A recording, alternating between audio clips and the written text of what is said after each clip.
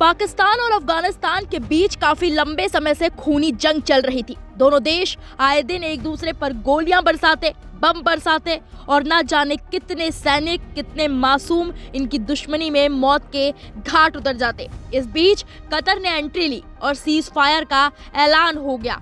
अब आपके मन में सवाल उठ रहा होगा कि पाकिस्तान अफगानिस्तान के बीच कतर ने एंट्री क्यों ली और अफगानिस्तान इतनी आसानी से तो माना नहीं होगा, तो पाकिस्तान ने कैसे बनाया, यानी कि किन शर्तों पर यह सीज फायर हुआ है। तो चलिए आपके सभी सवालों के जवाब इस रिपोर्ट में देते हैं। सबसे पहले बात करते हैं कतर की एंट्री की। बता दें कि पाकिस्तान और अफगानिस्तान के बीच लगातार हिंसा बढ़ रही थी, जिसे लेकर अफगानिस्तान ने बातचीत के लिए पाकिस्तानी मंत्रियों की एंट्री से भी इनकार कर दिया। उसके बाद पाकिस्तान ने कतर और सऊदी अरब से तत्काल मध्यस्थता करने के लिए विनती की। पाकिस्तानी अधिकारियों ने कतर से गुहार लगाते हुए कहा कि खुदा के लिए अफगानों को लड़ने से रोके। पाकिस्तान के गिड़गिड़ाने के बाद कतर ने मध्यस्थता करने का फैसला किया। अब बात करेंगे कि किन शर्तों पर दोनों देशों में युद्ध विराम हुआ। दरअसल कतर में हुई शांति वार्ता में दोनों देशों के बीच युद्ध विराम पर सहमति बनी और इस समझौते पर साइन करके एक दूसरे को शर्तों का प्रस्ताव सौंपा गया। करीब 4.5 घंटे तक चली बंद कमरे की ये बातचीत दोनों देशों के बीच बढ़ते सीमा तनाव को कम करने के प्रयास का हिस्सा थी। कतर के विदेश मंत्रालय की ओर से अफगानिस्तान और पाकिस्तान में युद्ध विराम का ऐलान किया गया। शांति वार्ता के दौरान कतर की राजधानी दोहा में अफगान पाक विदेश मंत्रियों के साथ कतर और तुर्की के प्रतिनिधि भी मौजूद थे।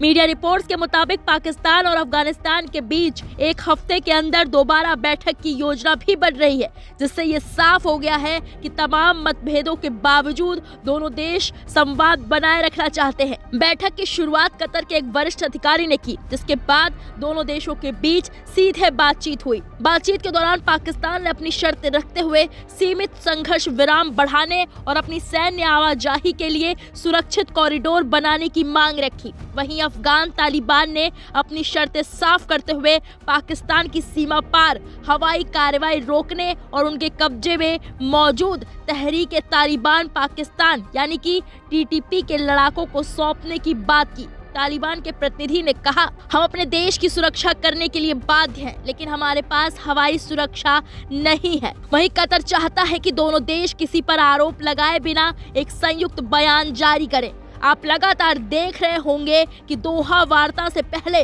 पाकिस्तान अफगान सीमा यानी कि ड्यूरेंट लाइन पर दोनों के बीच भयंकर बवाल हुआ था, जिनमें दोनों ओर से कई लोगों की मौत हुई।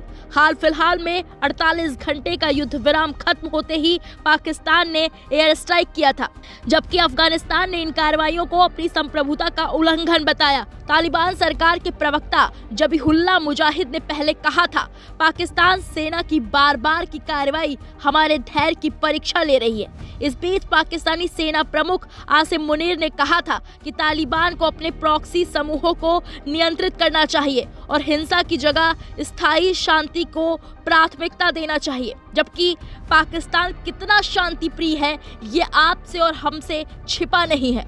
वहीं कतर में हुई इस बैठक को कूटनीतिक हलकों में अहम बताया गया है। दोहा में मौजूद राजनयिकों का मानना है कि अगर ये बातचीत आगे बढ़ी तो ये दक्षिण एशिया की सबसे अस्थिर सीमाओं में से एक पर स्थायी शांति की दिशा में अहम कदम हो सकता है।